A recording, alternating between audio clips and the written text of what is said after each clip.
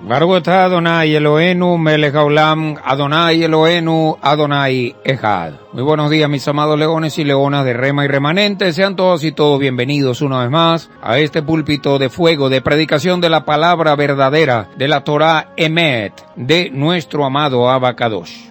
Les bendigo en el nombre y la sangre de nuestro amado Ribi Yahshua Mashiach ben David. Es un honor estar nuevamente con todos ustedes, mis amados. Quien les habla, su amigo, su hermano, su servidor, el Roe Jofre Granadillo, el profeta Boanerges ben Yosef. Vamos a retomar de una vez esta poderosa enseñanza, mis amados hermanos, dándole toda la gloria, honra y honor a nuestro amado Abba Kadosh por todo lo que está aconteciendo. Hay una palabra profética en pleno desarrollo. Estamos viendo la gloria del Eterno manifestándose cada día. No solamente en lo que tiene que ver con Venezuela, con Bnei Shalem, sino en lo que está aconteciendo en el mundo. Recuerde que esto es visto por el Eterno desde muy arriba, pero Él está en todas partes. Entonces, todo lo que está aconteciendo, no sé si usted lleva la secuencia, pero, mis amados, lo que está aconteciendo es tremendo. Y va a seguir aconteciendo. Yo estoy viendo la gloria todos los días. Cómo lo que el Eterno dice lo cumple, mi amado hermano. Más allá de lo que el hombre quiere entender. Más allá de lo que la mente humana puede procesar. Eso no es problema del Eterno. Si alguien entiende o no entiende, cree o no cree, eso no es el problema. Es lo que Él dice, eso se va a cumplir. Y estamos viendo la profecía, que es su palabra, la profecía más grande que puede haber. Es la palabra del Eterno. Se está cumpliendo, amado. Le guste o no le guste a los terrícolas, se va a cumplir. Y estamos viendo pues una de esas manifestaciones de gloria es precisamente la caída, la destrucción de Roma. El imperio romano está cayendo a pedazos. Y la gente que decidió quedarse allí, le están cayendo los escombros en la cabeza.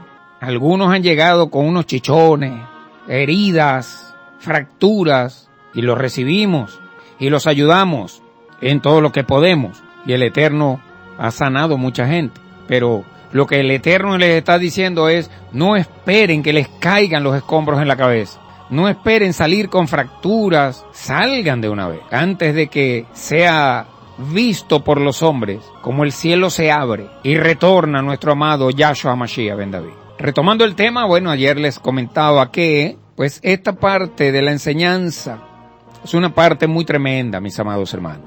Es una parte donde tenemos que poner toda nuestra atención. Si habíamos puesto atención a lo anteriormente visto, pues en esta parte tenemos que poner 7 veces más. Porque aquí vamos a entrar en un discernimiento de algo que es crucial. Me refiero precisamente a estos dos roles que cumple, según la profecía, o debe cumplir el Mashiach. Todo ser humano que conozca la Torá, que haya leído a profundidad el Tanaj hebreo, sea judío, sea hebreo o sea goyim, o sea de cualquier parte, debe saber que esto es verdad. El Mashiach, para poder cumplir su misión, tiene 2 roles que cumplir.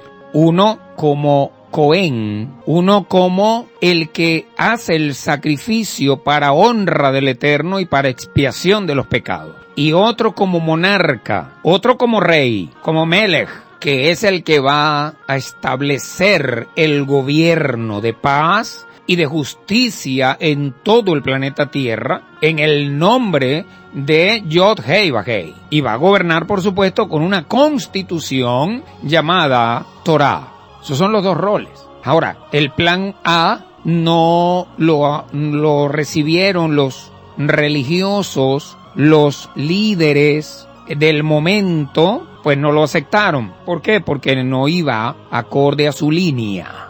No respetaba sus planes de ambición personal, de ambición política. No respetaba ese plan A, no se amoldaba a la agenda que el hombre tenía. Entonces se activó el plan B. Y el plan B, como ya les dije, es que se cumpla el plan A, pero con una metodología diferente. Ya no sería entonces el rol del Melech, no sería el rol monárquico el que asumiría el Ruach del Mashiach en la vida de Yahshua ben Yosef, sino el rol de Cohen, de siervo sufriente, el rol de cordero inmolado para poder expiar los pecados de esta humanidad, de modo de evitar la destrucción completa de la humanidad. Por eso siempre decimos que por ese sacrificio, que por esa obediencia,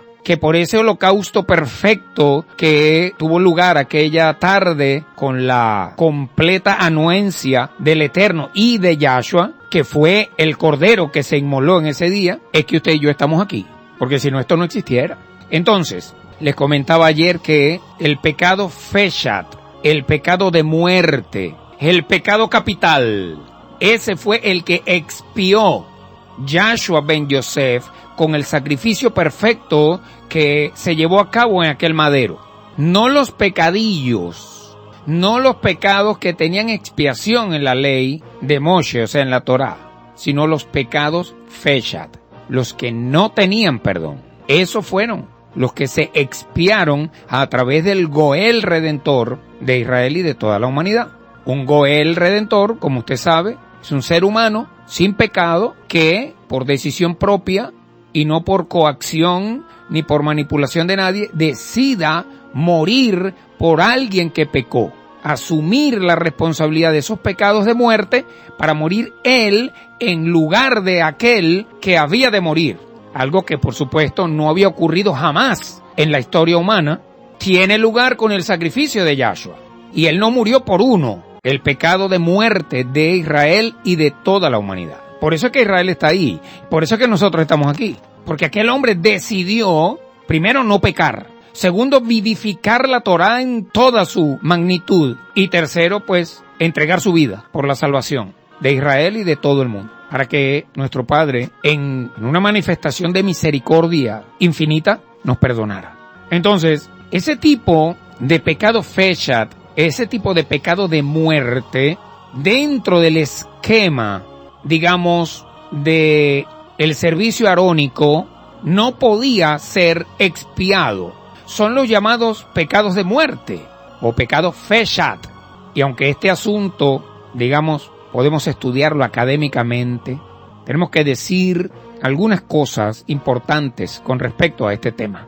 Para que usted esté claro, número uno, el rol de Cohen del Mashiach no contradice el rol de Cohen arónico.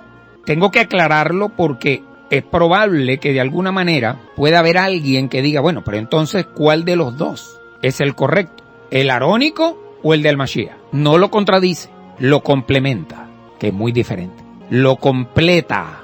Porque lo que no se podía hacer en el servicio arónico, sí se puede hacer con ese sacrificio. Presentado, es un Cohen. El Mashiach actúa como un Cohen que lleva un sacrificio al altar, pero que el sacrificio es él mismo. Eso no se podía hacer con Aarón. ¿Por qué, Roe? Porque Aarón tenía pecado. Yahshua no. ¿Y cómo sabe usted que Aarón tenía pecado? Bueno, porque el primer sacrificio que Hashem le dice a Moshe que Aarón tiene que hacer es llevar un novillo por él, por los pecados de él, para expiar por él, por sus hijos y por su familia. Por tal motivo, Aarón no podía asumir ese cargo de Goel. No podía. Entonces, el rol de Cohen del Mashiach complementa o completa el rol de Cohen arónico. Esto tenemos que tenerlo muy claro, mis amados hermanos, porque esto es muy importante. Algunos interpretan con una mentalidad helenista, romana, grecorromana, los escritos antiguos de los masoretas, de los profetas hebreos, y entonces llegan a conclusiones que son antisemitas, conclusiones que son anti-Torá. Por eso es que aclaro este punto. Me refiero a ciertos comentarios hechos por el Rav Shaul Hatarsi, vamos a decir, en la traducción que tenemos de la carta que él envió, que él mismo escribió a los hebreos. Entonces, la lógica de la teología cristiana romana establece el siguiente silogismo, un razonamiento lógico entre dos premisas y, por supuesto, sus conclusiones. Entonces, la premisa mayor, estoy hablando de el teologúmeno, la mentalidad mitológica grecorromana del cristianismo. ¿Cuál es la premisa mayor? Que Melquisedec es mayor que Abraham. Y la premisa menor, que Yahshua está ligado a el servicio de Cohen por su similitud con Melquisedec. Estamos hablando del Ruach del Mashiach, que viene en la misma línea de Melquisedec. Esas son las dos premisas primordiales, vamos a decir. Cuando me refiero a la teología cristiana, es que la teología cristiana esto no lo entiende y lo maneja de una manera errada. Pero estas son las premisas, hermanos, de la Torá. Melquisedec es mayor que Abraham. Estamos hablando de Sem, el hijo de Noah. Y la segunda premisa, que es la menor, hay una mayor, que es que Melquisedec es mayor que Abraham. Y una premisa menor, que es que Yahshua está ligado por el Ruach del Mashiach a la línea de servicio como Cohen por la línea de Melquisedec, por su similitud con Melquisedec. Ahora, la primera conclusión, ¿cuál es? Que el sacerdocio, digámoslo así, para los más nuevecitos, que no me entienden de repente cuando digo el servicio de Cohen, es lo que ustedes conocieron como el sacerdocio. Pero nosotros no usamos esa palabra, porque los sacerdotes son los de Baal, los de Hashem son Kohanim. Ahora, esa línea de Cohen, de Yahshua, supera a la línea del servicio arónico, y por lo tanto, al llegar Yahshua, elimina el servicio de Aarón. Esa es la teología cristiana. Esas son las conclusiones a las cuales llega el cristianismo en su infinita ignorancia de la revelación de la palabra de Hashem. ¿Qué concluyen ellos? Que el servicio como Cohen de Yahshua supera al de Aarón y por lo tanto al llegar Yahshua elimina el servicio arónico y por lo tanto la ley, la Sagrada Torá, es quitada, es abolida y es reemplazada por una mejor. Esa es la primera conclusión. La segunda conclusión es que el cristianismo es superior a, digamos, todo lo que tiene que ver con el hebraísmo de la Sagrada Torá. Que el cristianismo supera y es mejor y es superior a todo lo que tiene que ver con lo que enseñó Moshe Rabenu y con lo que predicó Yahshua Mashiach. Y por lo tanto, esa ley, que ellos ven como una ley de maldición, porque confunden la ley judía con la ley de Moshe, ha sido superada para siempre, como dicen en Roma, porque cuando clavaron a Jesús en la cruz, entonces estamos en una dispensación diferente, la dispensación de la gracia, porque el Cristo nos liberó de la maldición de la ley. Eso es una aberración mitológica grecorromana que es la esencia del cristianismo como sistema de muerte de toda la humanidad. La tercera conclusión a la que llega el cristianismo, fíjate tú cómo la falta de información, que es lo que algunos no entienden todavía, el hecho de que tú no creas esta palabra porque no está en tu Biblia lo que yo te estoy diciendo, no quiere decir que lo que yo te estoy diciendo es mentira. El problema no es esta palabra, el problema es que tú no tienes la información suficiente. Y tú crees que la Biblia que tú tienes en tu mano es toda la historia bíblica. Ese es el error más grande. Pues déjame decirte, mi amado apóstol evangélico, mi amado cardenal, mi amado arzobispo, mi amado pastor evangélico, que eso que tú tienes en tu mano no es la historia completa, es una pequeña parte nada más. Y de paso, esa pequeña parte que tú tienes en tus manos, que a la cual tienes acceso, bueno, gran porcentaje de esa palabra está corrompida, está manipulada y está adaptada a la teología helenista grecorromana del Vaticano. Ese es el problema que hay. Por eso es que a ti no te cuadra, porque como tú no lo ves, pero es que aquí dice la nueva versión internacional, aquí no dice eso, aquí dice otra cosa. Claro, hijo, lo cambiaron. Pero eso no es la palabra hebrea, es la palabra romana. Eso no hay que ser profeta para entenderlo. Ahora, si tú te pones a investigar, si tú te pones a verdaderamente a buscar una relación íntima con el Eterno, tú te vas a encontrar con la verdad. Y vas a llegar a una sola conclusión. Bueno, sí, el loco tiene razón, lo que está predicando es la verdad. Lo odio, pero es la verdad. A eso es que están llegando muchísimos hermanos, pastores, apóstoles evangélicos de todas las denominaciones. Y miles de personas que están llegando acá a Rema, que manifiestan, mira, yo vengo de esta iglesia, yo vengo de aquella, vengo de la otra, vengo de... Bueno, las más grandes, las más pequeñas, las más medianas, todos están llegando. ¿Por qué? Porque se están dando cuenta de que esta es la verdad. La tercera conclusión a la que llegan, erradamente, es que un cambio de servicio de Cohen, como dicen en Roma, un cambio de sacerdocio implica un cambio de ley también. Estoy hablando de los teólogos, de los que se engañan a sí mismos pensando que saben. si hay un cambio de sacerdocio, hay que cambiar la ley también. Entonces llegan a la conclusión de que el Elohim Altísimo ha cambiado para siempre la manera de acercarnos a Él. Ya no es por la ley. Es decir, ya no es por la sagrada Torá, por el Dabar eterno, sino por Jesús. ¿Estás viendo la trampa? Y la cuarta conclusión a la que llegan nuestros hermanos allá en el Vaticano y luego le inoculan ese veneno a todos los descendientes, tanto de Martín Lutero como de Juan Calvino y todos los demás, es que la ley no sirve para nada, no es útil para nada, y por lo tanto el Elohim Altísimo la ha quitado para siempre y la reemplazó por ese personaje llamado Jesucristo. Esas son las conclusiones a las cuales llegan los cristianos posteriores cuando, repito, comienzan a forzar, como meter un cuadrado dentro de una figura de triángulo, comienzan a forzar para meterlo a juro. Esta es la manera como el cristianismo tradicional interpreta las enseñanzas del Rav Shaul HaTarsi, que ellos llamaron Pablo. Esa es la manera. Por eso cuando alguien me dice a mí, mire, la carta de Pablo dice en Gálatas, no, hijo, por favor. Oye, esto es una pelea entre tigre y burro. ¿Qué es esto?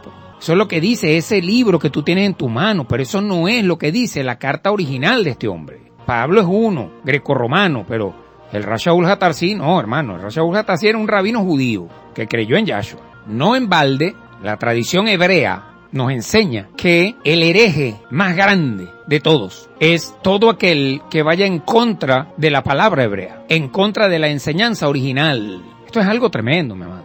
¿Sí me entiende? Claro, lo están viendo con los ojos de la interpretación hebrea. Cuando tú dices todo aquel que vaya en contra de la palabra original, que es hebrea, no es romana, es un hereje. O sea, cuando alguien me dice a mí, mira que por ahí vi una noticia que consiguieron a un rabino ortodoxo que era un cristiano infiltrado. Es imposible, no puede ser cristiano.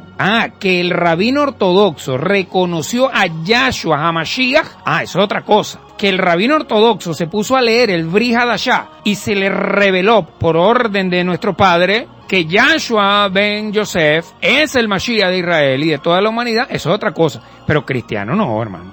Es imposible. Ahora, ¿por qué este silogismo cristiano es inadecuado? ¿Por qué este estudio que ellos hacen por encima es inadecuado? Porque parte de una premisa equivocada. Pregunto yo, ¿qué es lo que está en la mente de un teólogo cristiano? Yo sé que varios me están escuchando. ¿Qué es lo que está en la mente de él o de ella? Que Jesús vivió para quitar a Moisés, para quitar a Aarón, con todo lo que estos hombres representan. Y nada más lejos de la verdad, mi amado hermano. Es una teología de muerte y de maldición. Es uno de los errores más garrafales que se han cometido en la historia humana. Y una de las teologías que hay que redimir, digámoslo así, y que a nosotros nos corresponde la responsabilidad de hacer este gran ticún universal para rescatar la enseñanza verdadera, la enseñanza originaria del Rav Shaul HaTarsi, que ha sido tan manipulada, tan tergiversada, tan corrompida, tan ultrajada por este tipo de teologías. Eso nos corresponde a nosotros. Entonces yo pregunto, pues, ¿cómo es posible que me digan a mí que Jesús vino a la tierra para quitar a Moisés y para anular el servicio arónico, cuando el propio Yahshua ben Yosef dijo, oye, y los teólogos lo tienen ahí en su Biblia, te aparece Jesús, pero él, Yahshua, dijo que ni siquiera les pase por la mente la idea de que yo he venido a quitarle la Torá a los profetas. Yo no he venido a abrogar la Torá, yo he venido a cumplirla. ¿Cómo interpreta un teólogo eso, hermano? Porque Yahshua, que para los cristianos lo llaman Jesús, hermano, ahí está, en todas las Biblias está eso. No, es que no entiendo lo que quiso decir. Bueno, eso es otra cosa. Pero no me puedes decir que Yahshua vino a abolir la Torah cuando él mismo dijo, no, que cuidado, no se pongan a pensar en pajaritos preñados. Yo no he venido a abolir la Torah. Él sabía que lo que querían abolir la Torah eran los religiosos del templo. Y también sabía, porque Hashem se lo reveló, que los que venían después también iban a tratar de abolirla. Si tú te pones en los zapatos del emperador romano, Constantino o Teodosio el Grande, tú vas a entender que si tú vas a eliminar a todos los hebreos, tú tienes que eliminar también la Torá. Tú no puedes eliminar los hebreos y dejar la Torá. No puedes. Porque ¿quién te la va a explicar? Eso no lo entiende nadie. ¿Tú crees que un pastor evangélico, un apóstol, entiende esto? No lo entiende, hermano. Está velado. A mí me da vergüenza ajena escuchar a mis hermanos predicando en el púlpito. Vergüenza me da. Apóstoles que tienen 50 años predicando, hermano. Unas barrabasadas es lo que dicen. No tienen idea de lo que dicen. Y echan unos cuentos, mi hermano querido. Mire que eso es una cosa tremenda. Y toda la gente enfrente de él ladrando. Wow, wow, wow, wow, wow, wow. Es una cosa, a mí me duele, hermano. Yo no sé si a ti, pero a mí me duele. Pero mi padre dice, hey, eso es parte del plan. Porque la soberbia antecede la caída. ¿Me estás escuchando, papi? La soberbia antecede la caída. Nadie se burla de Hashem. Nadie. Ni una letra, ni una yod, ni una tilde pasará de la Sagrada Torah antes de que todo esto se cumpla. Es por eso que cuando Yahshua sanaba, o Hashem sanaba a través de Yahshua a un enfermo de lepra, de Zarat, por ejemplo, ¿a dónde lo enviaba Yahshua? Eso está en tu Biblia también, mi amado hermano teólogo. Eso está en tu Biblia. ¿A dónde lo enviaba? ¿Qué le decía? Váyase para donde los filósofos de la iglesia. No, lo enviaba al templo de Jerusalén. ¿A presentar qué? La ofrenda que ordenó Moshe Rabenu. Yahshua nunca tuvo problemas con Aarón, mucho menos con Moshe Rabenu. Todo lo contrario. Moshe Rabenu y Aarón y todos los profetas son los mejores amigos de Yahshua HaMashiach. Esa sí es una verdad inexorable. El mejor amigo de Moshe, de Aarón y de todos los profetas del Tanaj hebreo es Yahshua HaMashiach. Es la consecuencia final de todo lo que anunciaron. Son sus mejores aliados en su ministerio en la tierra de los vivientes. Algunos pudieran decir, es solo para ilustrar, ¿no? Algunos pudieran decir que es a partir de la resurrección que el cambio se dio, no antes. Por lo tanto, era normal que en los días de su vida en la tierra de los vivientes, Yahshua los enviara al templo porque todavía el cambio de la ley a la gracia no había ocurrido. Eso pudiera ser el razonamiento de algún hermano con mucha información en el cerebro, pero con cero revelación en el corazón. Esta respuesta tampoco es correcta, por supuesto, porque después de la resurrección de Yahshua y su retiro temporal, pasaron dos cosas muy interesantes, mi amado hermano, que usted como teólogo, como sabio de Roma, no está tomando en cuenta. Primero, que sus discípulos originarios, que todos eran hebreos, continuaron asistiendo a ese templo por muchos años. Y continuaron haciendo ofrendas en el templo. Y continuaron presentando su obediencia a través del cumplimiento de las fiestas sagradas del Eterno, ordenadas por el Eterno a través de Moshe Rabenu en Levítico 23. Y esto es evidente, esto no es un secreto. Ahí está en tu propia Biblia, lo que tú conoces como el libro de los Hechos, que es el libro de las memorias apostólicas, donde se documenta claramente, por ejemplo, que Kefa y Yohanan subían al templo a la hora de la oración de la tarde. Allá en la Hermosa, ¿te acuerdas cuando se encontraron a una persona allí en la puerta que tenía cantidad de años enfermo y fue sano?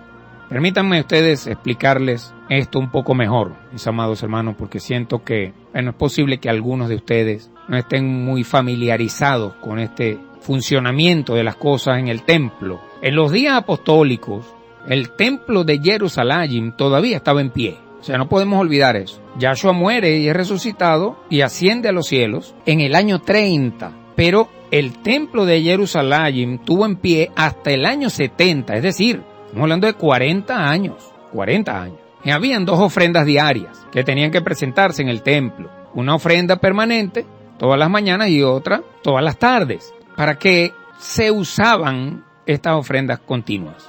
¿Cuál era su propósito? Números 28:4. Acuérdate que hay un tiempo de transición. Yahshua muere, es resucitado, asciende. Hay una verdad, se está predicando, tal vez con ciertas restricciones propias de, judaísmo ortodoxo, no lo creían como Mashiach, se murió, era un falso Mashiach. Comienzan estos a predicar, por otro lado a perseguirlos. Un tiempo de transición. Pero en Números 28:4, en la Sagrada Torá, nos ordena Hashem, cordero tiene que ser ofrecido en la mañana y otro cordero debe ser traído hacia la tarde, incluyendo el Shabbat. Había que hacer a 2 ofrendas continuas y añadir otro cordero por el Shabbat. Eran ofrendas expiatorias, pero repito, hay un tiempo de transición, porque el hombre muere, es resucitado y asciende, pero hay un proceso de trastornación aquí. Era o no era, los discípulos comienzan a hacer un trabajo, pero los religiosos del templo estaban ahí todavía. El judaísmo era el que mandaba, o sea, hay un proceso aquí. Se continúan haciendo las ofrendas. Entonces el sacrificio de la mañana tenía la intención de expiar los pecados de la comunidad hebrea que pudieran haber sido cometidos en la noche. Y el sacrificio de la tarde cubría los pecados que se hubiesen cometido durante el día. Y el sacrificio del Shabbat era para cubrir los pecados que pudieran cometerse durante ese día sagrado, Kadosh, dedicado al eterno Yuhevahé. Fíjense que el rey David estableció ciertas órdenes para estos sacrificios. Y luego el sacerdote Esdras perfecciona ese sistema. Y en los días, cuando Yahshua vivía en la tierra, todavía, vamos a decir, como hombre, como ser humano, estos sacrificios eran acompañados con el canto de 300 levitas, vestidos de lino blanco fino. Esto era una cosa impresionante, con todos los instrumentos musicales de viento y de cuerda, entonando salmos y alabando el nombre del Eterno, mientras se hacía el sacrificio de la mañana, y luego por la tarde venía otro coro de otros 300 levitas más, que no eran los mismos de la mañana, con otros músicos para seguir alabando el nombre del Eterno, mientras se hacía el sacrificio de la tarde. Entonces todos los días era igual, eso era algo extraordinario, bellísimo, o sea, toda la estructura de emuná que había allí, por supuesto, con todo lo que se movía dentro a nivel político, con toda la hipocresía, con todas las cosas de los religiosos del templo, de los líderes religiosos. Eso sucede hoy también igual en esta batalla que estamos librando. Pero quiero que, más o menos, para que usted tenga una idea de cómo era el tema de las ofrendas, ¿no?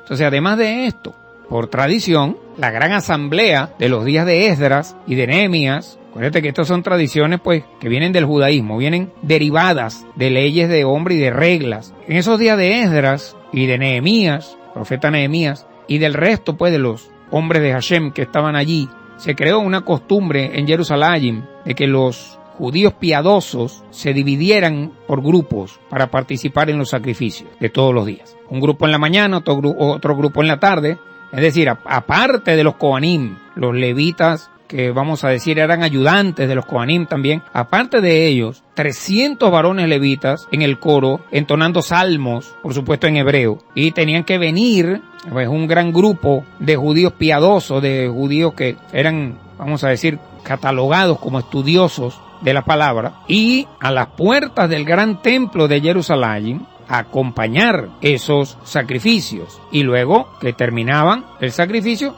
entonces venía el Cohen Agadol, salía y levantaba sus manos y bendecía a todo el grupo que estaba ahí acompañándolos afuera, con la bendición arónica, pues. Yevarejeja, Adonai, Beishmereja y todo. Bendecía al pueblo. Es un servicio que se continuó haciendo. Esto lo podemos nosotros corroborar a través del mismo Brit Hadashat, del pacto renovado, cuando el Cohen Zacarías está en el templo haciendo el sacrificio del incienso. Ahí está en tu Biblia. Zacarías, el esposo de Elisheva, el papá de Johanán, el inmersor, él estaba haciendo, en el momento que él está haciendo el sacrificio del incienso, y se le aparece un ángel, un malaj del reino del Eterno, y a darle la noticia, pues, del nacimiento de su hijo, y le da el nombre del niño, Johanán.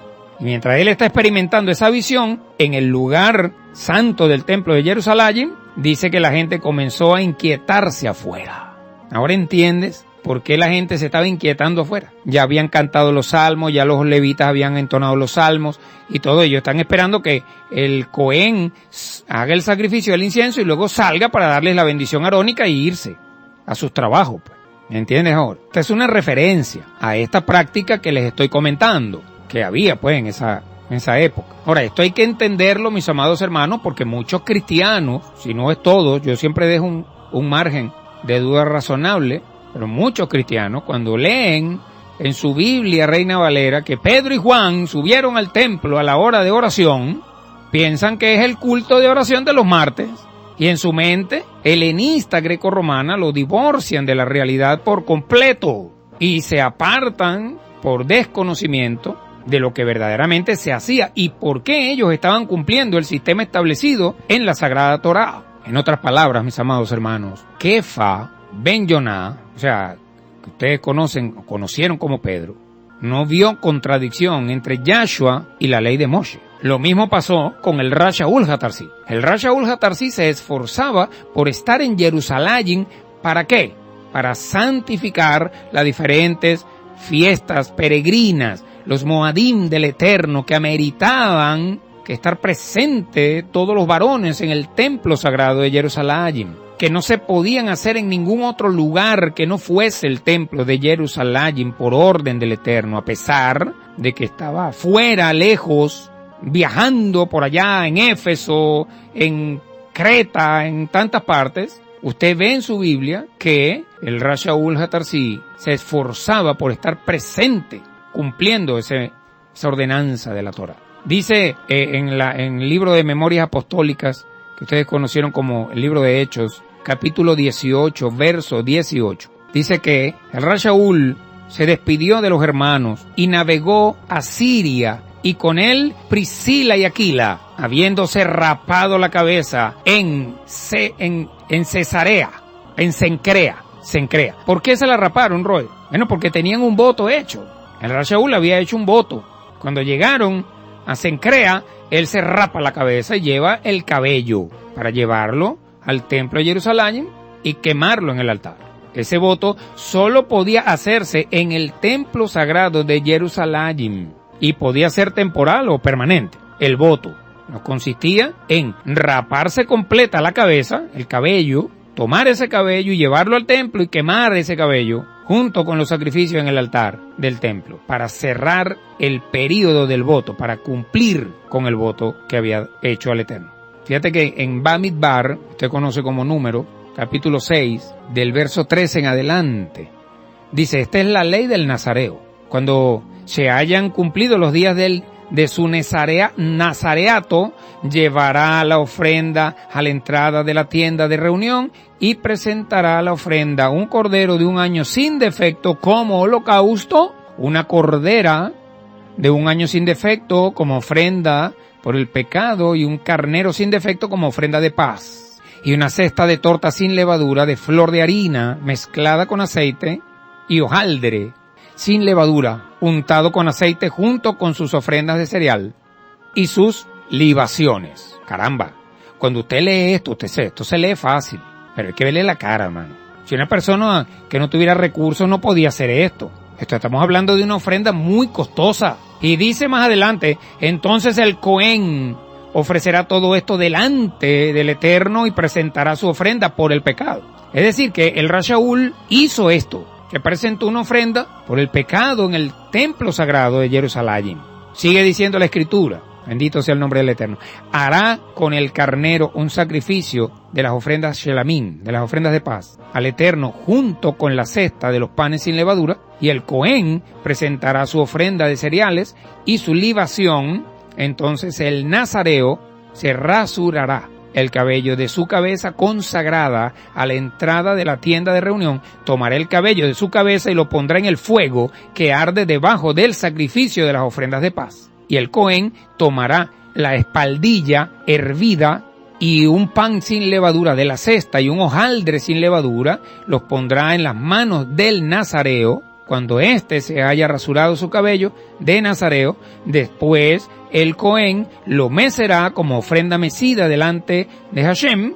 La ofrenda tenufá es cosa consagrada para el Cohen junto con el pecho mecido y la pierna levantada, y después el nazareo podrá volver al lugar donde vino. Y todo esto lo hizo el Rav Shaul HaTarsi después de haber conocido a Yahshua. 30 años después de la resurrección de Yahshua estaba el Rav Shaul HaTarsi en el templo de Jerusalén haciendo esto. ¿Ves la transición? No podemos pensar que Yahshua murió, resucitó y ascendió a los cielos y de una vez se implantó. Entonces por ahí salió alguien diciendo que las reuniones y los discursos que se toman ahí del libro de Memorias Apostólicas, que son los documentos más antiguos que tenemos de Yahshua, o con respecto a Yahshua, pues eran reuniones mesiánicas, eran reuniones cristianas. Caramba, hermano.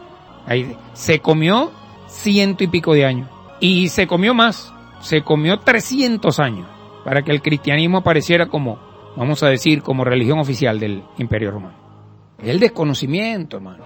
Por eso que muchos me dicen, Roe, ahora yo entiendo lo que quiso decir el Eterno cuando dijo por la boca del profeta Oseas, capítulo 4, verso 6, mi pueblo perece por falta de conocimiento, mi hermano. Esto es tremendo.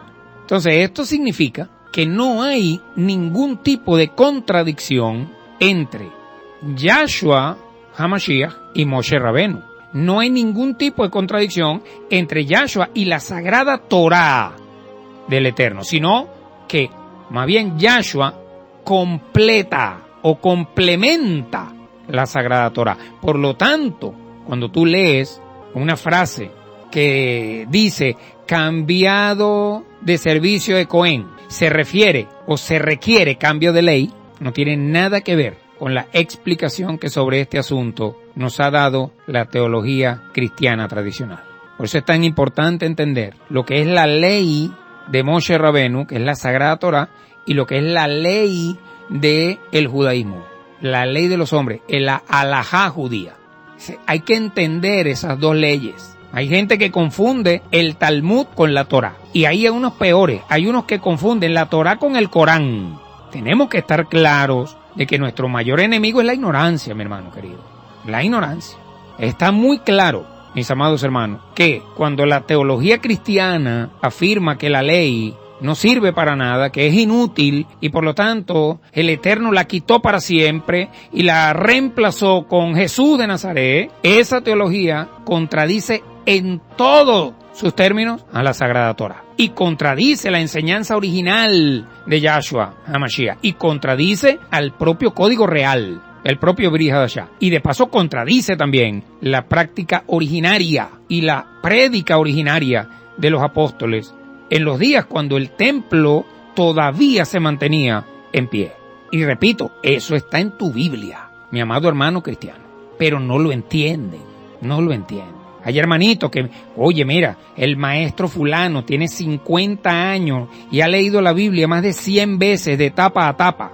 Sí, es un sabio, pero de Roma, no de Israel. Es un sabio, sí, de la Biblia Reina Valera y de la teología y de la esencia de Martín Lutero, pero no de Jerusalén, no de la Sagrada Torá, no de Yahshua HaMashiach. Esto no es un tema de respétame para respetarte. No, yo te reconozco que tú eres un sabio de la teología grecorromana. Yo te lo reconozco porque bastante estudiaste y bastantes noches pasaste desvelado estudiando la teología grecorromana. Pero cuando tú vienes a Israel y sacas tus credenciales, yo te digo, hijo, acabas de nacer.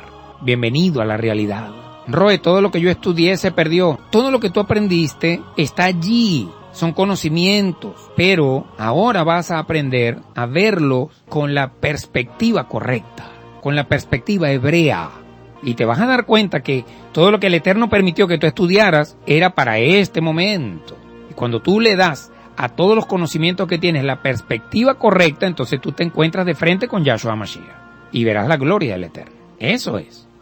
Por lo tanto, mis amados hermanos, ya para culminar por hoy, el servicio como Cohen, el rol de Cohen de Yahshua no contradice al servicio levítico de Aarón, más bien lo complementa, porque la razón fundamental por la cual Yahshua muere no fue para expiar los pecados expiables en el servicio arónico, no, sino para expiar los pecados que no se podían expiar en el servicio arónico. Entonces, no es reemplazarlo, sino complementarlo.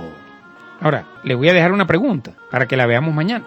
¿Por qué se relaciona al Mashiach con el rey David en el Salmo 110? ¿Por qué se relaciona? Ahí hay una tremenda confusión inoculada por Roma en todos los creyentes. Eso es algo que un cristiano no puede entender, porque él ve a Melquisedec como una teofanía de Jesucristo. Imagínate tú. Y ven el Salmo 110 como que el rey David, por alguna razón extrasensorial, está conectado con Jesús y Jesús, Dios le está hablando a Jesús, pero se está hablando él mismo, pero al mismo tiempo, eso no tiene ni pie ni cabeza. jamás lo entenderán. Porque para tú entender el Salmo 110, primero tienes que entender que Melquisedec era un cargo y que era ocupado por Sem, el hijo de Noah. Y que al que David le dice Adoní, no es Jesús, es el Rúa del Mashiach. Imagínate tú, toda la argucia que inventó Roma con eso. Mañana lo vamos a ver, porque se relaciona, vamos a detallar eso bien y vamos a ver algunas otras circunstancias que rodean esta revelación tan tremenda de los dos roles, el rol del Mashiach como Cohen y el rol del Mashiach como Melech, como rey. Eso es muy importante que tú lo tengas claro, porque ahí cuando a ti te caiga esta revelación es que tú vas verdaderamente, que tú vas a empezar a conocer a Yahshua y tú vas a entender por qué los judíos ortodoxos por ahora no lo reconocen como Mashiach. Y tú también vas a entender por qué los cristianos jamás se van a encontrar con el Mashiach verdadero mientras sigan creyendo que esa teología, esos teologúmenos, esa argucia que inventaron los padres fundadores del cristianismo histórico, ellos la sigan creyendo. Jamás. Eso es muy tremendo, hermano. Y es algo tan arraigado que, bueno, mi padre en estos días me dijo, una cosa tremenda. ¿Tú quieres saber cómo está una persona espiritualmente? Mira el estado de su WhatsApp. Mira lo que publica. ¿Tú quieres saber cómo está una persona espiritualmente? Revísale el Instagram. Ve el narcisismo, ve el egoísmo, ve el rúa de Jezabel, el rúa de Judas, el rúa de ambición, el rúa de Mamón. Todo lo que está ahí está en fotos. No hay que entrevistarlo, no hay que preguntarle nada, no hay que investigarle nada. Todo está ahí. Eso que está ahí publicado en el Instagram, habla. En estos días mi padre me mostró un Instagram de un pastor creo que es de República Dominicana. Tiene 5,000 publicaciones y de las 5,000, 4,999 fotos son de él. Viéndose en el espejo, viendo para allá, viendo para acá, viendo para arriba con 1,000 trajes distintos, con sombrero, sin sombrero, con lente, sin lente, afeitado, sin afeitar. O sea, ahí está. O sea, yo tengo que conocer a ese pastor para yo saber cómo está espiritualmente. Claro que no, hermano. Yo con ver eso ya yo vi todo. Incluso hermanos que supuestamente están caminando en las raíces hebreas, publicando fotos de José Gregorio Hernández, imagínate tú. Qué tremendo es cuando un ser humano decide suicidarse, conociendo la verdad. ¿No es tremendo? Por eso me voy a dedicar tanto en esta enseñanza, porque esta enseñanza quedará para la historia. Y todo aquel que diga, mira, yo no sé, creo, pero no sé, hermano, le van a decir lo mismo. Métete en YouTube, en Rema Mundial Oficial, y escucha 2 o 3 veces la enseñanza Destruyendo a Roma, para que a ti te caiga la moneda y puedas ser salvo. Esto está, hermano querido, mire, tatuado prácticamente en la genética de los seres humanos. La gente no lo entiende por ahora, pero el lugar que está más lejos del eterno Elohim de Israel y soberano del universo en la tierra de los vivientes es el Vaticano y todo lo que deriva de él. ¿Que él lo permitió? Sí, pero llegó el tiempo del final. No es que va por allá, más allá, no. El tiempo ya está dado y está corriendo. Por eso es que, repito, me voy a fincar tanto en esta enseñanza, porque es necesario para libertar a muchas personas y para poder cumplir yo con el compromiso que asumí con mi Padre. Les amo y les bendigo en el nombre y la sangre de nuestro amado Ribi Yahshua HaMashiach Ben David. Los espero mañana para que continuemos estudiando, enseñando y vivificando la sagrada Torah de nuestro Padre Hashem. Amén, amén.